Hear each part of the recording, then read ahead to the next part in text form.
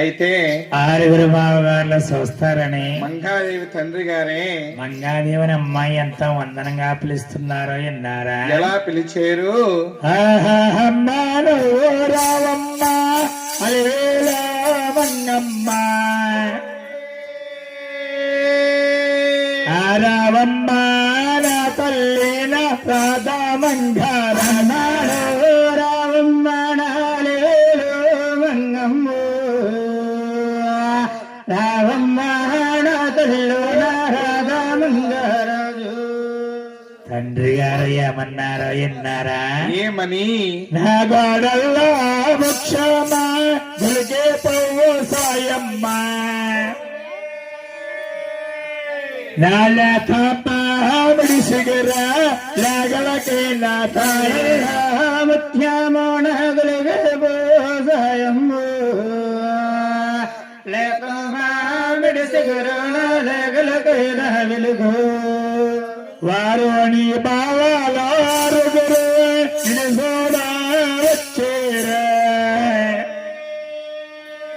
సిగ్గెందోగేన తల్లి పలక పలుకల బంగాలారుగురు నిజోడా వచ్చేరా సిగ్గెందోగోన తల్ల పలక పలుకల మంగ. తండ్రి గారు ఏమన్నారో విన్నారా? ఏమని? అమ్మా మంగమ్మ నీ భావనాలు నిన్ను చూడడానికి వచ్చారమ్మా. ఇటురా తల్లి అన్నారు తండ్రి గారు. ఆనాడు మంగాదేవికి చిన్నతనంలో చిక్కు తెలియక 7 వృద్ధాదుల్ని మంగాదేవి వెంట తీసుకుని తండ్రి మాట్లాలకంచి సభలోకి మంగా తల్లి ఏ విధంగా వస్తోంది? ఎలాగా?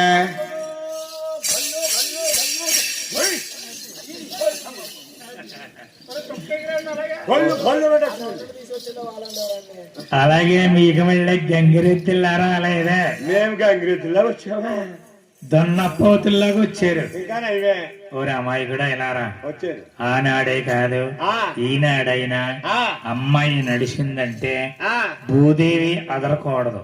ఓయ్ బాబోయ్!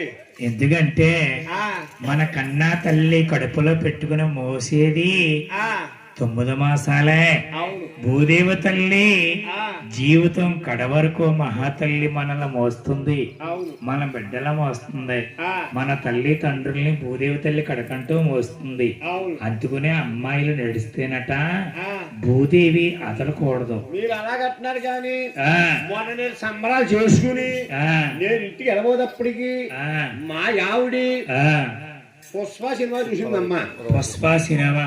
పుష్ప 1 and 2 కాదు, పుష్ప సినిమా చూసి అందులో సమంత గట్రా వేసుకుని నేను వెళ్ళబోతాడు గుమ్మం గారు ఉండి ఏమంటుందంటే అంటావా మామా అంటావా మామా తగ్గేది లేదండి.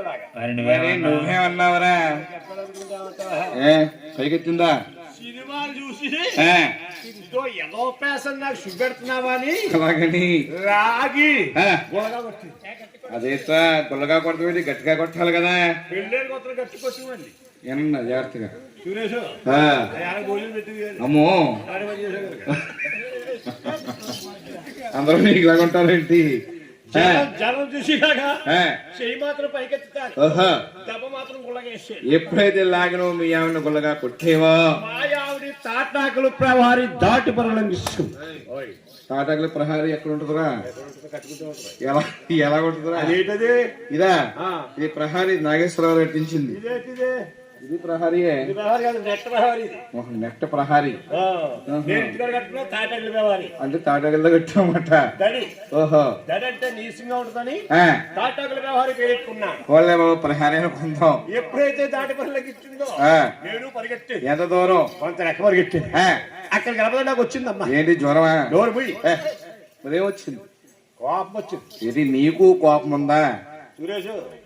పెళ్ళేది కొత్తలో కోపం అంటే అప్పుడే పెళ్ళేది కొత్తలో ఇప్పుడు ఏం లేదు. ఆ భగవంతుడు ముగ్గురు ఆడపిల్లలు ఇచ్చాడమ్మా. ఎవరికే? నాకు. ఏయ్ పిల్లలకి అంటున్నావా? మా ఆవిడకి మరి అది చెప్పు నాకు అంటావు. ముగ్గురు ఆడపిల్లలు ఇస్తే వాళ్ళని పెంచి వాళ్ళని చదివించి వాళ్ళకి ఫంక్షన్ చేసి వాళ్ళకి పెళ్లిళ్ళు చేసి వాళ్ళకి మురులు పోసి వాళ్ళకి సార్లు ఎట్టి ఇప్పుడు ఇంకా పండక్కి ముగ్గురు వచ్చి 3 చీరలు కట్టుకుపోతున్నారు. మరి అంతే కదా. వాళ్ళ ముగ్గుని సాగనంపనాక నా కాలు పట్టులు చేసి నీకు నీరసం వచ్చింది. ఇంకా మా ఆవిడ వెనకాల పరిగెట్టలేక అక్కడ సరిపేరు ఉంటే అది ఆ పేరు తగులుద్దని మా ఆవిడ పరిగెట్టింది.